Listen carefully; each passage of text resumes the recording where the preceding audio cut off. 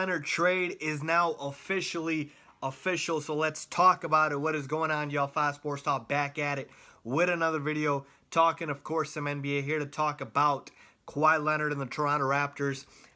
Because obviously there's been a lot going on with, Toronto acquiring Kawhi and the method they did it, just shipping out DeMar DeRozan after they told him they wouldn't trade him. And I broke down the trade when it first happened. You guys can go check out my reaction and analysis to that. But in this video, I want to talk about the Raptors and how good they can possibly be with a healthy and motivated Kawhi Leonard. Okay, those are the two key words here: healthy and motivated. Because, of course, if Kawhi Leonard's not healthy, he's not going to be the same player. And if he's not motivated, he's not going to be the same player. So with those two things into play, how good will the Toronto Raptors be? Let's talk about it. Raptors were the #1 seed in the East last year, the 59-win team.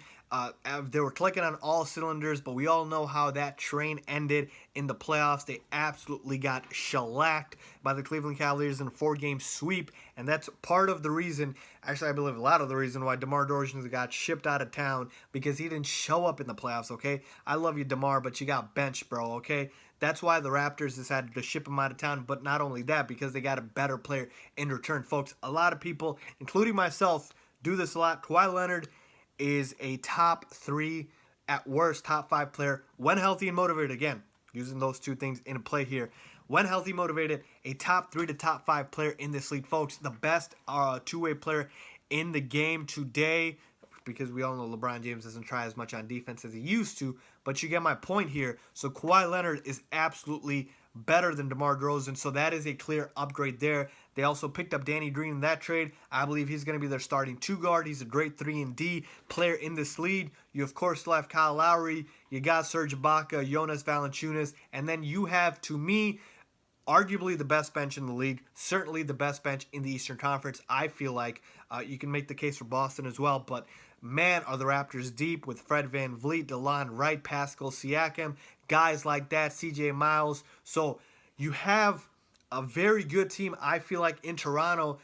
What's going to happen now with the coaching change? Now they have Nick Nurse, who replaced Dwayne Casey. Let's see what happens there, because I thought they needed to replace Dwayne Casey, so I was a fan of that move. Don't know too much about the new head coach, Nick Nurse, but hey, maybe he will be a better coach than Dwayne Casey. Definitely needed to make some changes there. Do I think this Toronto team is going to be the best team in the Eastern Conference? I think you can make the case for them. I still have the Boston Celtics as the best team in the conference, but I think this Toronto team at its peak can be better than the Philadelphia 76ers. Of course, Ben Simmons and Joel Embiid can make a huge leap next year and prove me wrong, because those two, again, might be enough. And then Markelle Fultz could come out of nowhere and show the world that, he was just hurt his rookie season and he was worthy of being the #1 overall draft pick. But if I've got a healthy and motivated Kawhi Leonard, man, oh man, that's going to make a big difference. I think they can be better than the Philadelphia 76ers. I'm still going to take the Boston Celtics over them because of the fact that the Celtics are getting Gordon Hayward back. They're getting Kyrie Irving back. Jason Tatum's a stud. Jaylen Brown's a stud. Still got Al Horford in the middle. Terry Rozier made huge leaps. They re-signed Marcus Smart. So the Celtics, of course, are absolutely loaded. But so are the Toronto Raptors. And who was the biggest impediment for the Raptors in the Eastern Conference? One, LeBron James, who is now in the West with the Los Angeles Lakers, so they no longer have to worry about LeBron James. And even if LeBron is gone, they have a new star that they are relying on in Kawhi Leonard. And I know Leonard's been in a bad light with the news cycle and how he's treated the situation, and I absolutely don't agree with the way he did it. But at the end of the day, this man is still talented, still a top 3 to 5 player. So I absolutely think this Toronto team is going to be good. It's going to be a 3-way race with Toronto, Boston, and Philadelphia. But I can see Toronto being potentially better than Philadelphia, though I will still take Boston over them.